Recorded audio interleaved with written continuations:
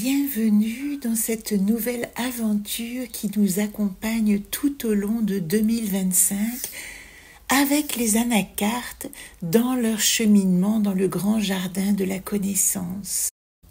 Dans ce 14e épisode qui conclut la ligne des atouts et outils avec l'arbre de se reposer, l'archétype du secret vient nous confirmer qu'il existe une quête de vérité à reconnaître pour retrouver son identité. Avec Donate, il y a une chose que je sais et j'ignore encore ce que c'est.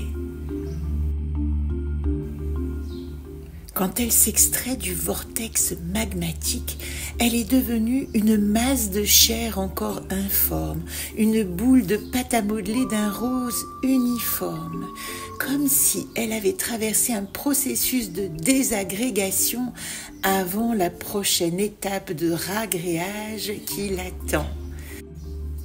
Un pan du mur se fissure, laissant entrevoir un nouveau paysage, une autre planète, une autre galaxie, ou juste un pan de terre d'ailleurs. La voici à la fenêtre d'un monde étranger, ignorant tout de cette nouvelle destination.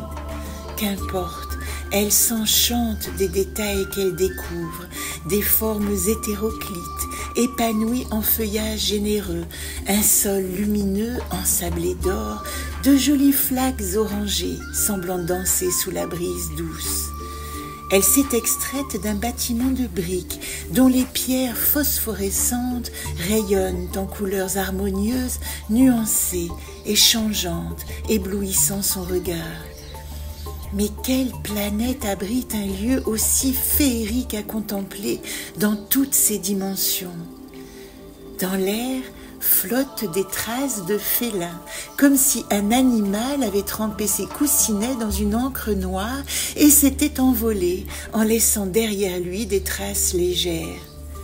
Un félin, son compagnon serait-il de retour? Son cœur bat fort à l'idée de retrouver son copain d'aventure. Elle scrute les alentours, furette de son regard le fouillis végétal, farfouille parmi les plantes charnues qui s'étendent à l'infini. Au détour d'une ramée, elle tombe nez à nez avec le petit félin assis tranquillement sur son séant, léchant consciencieusement sa patte encore tachée d'encre. Il lève sa jolie tête, ses grandes moustaches frisent au vent, il semble l'accueillir d'un sourire désarmant, et sur son crâne, sa couronne. Cette couronne que le grand Dada lui a offerte au début de son périple, qui lui a donné tant de force et rappelé à chaque pas qu'elle était la reine de son royaume, et qu'elle a cru avoir perdu. Cet objet magique a la faculté de s'adapter à la tête de celui qui la porte, et le petit félin a bien fière allure. Tout peut enfin commencer.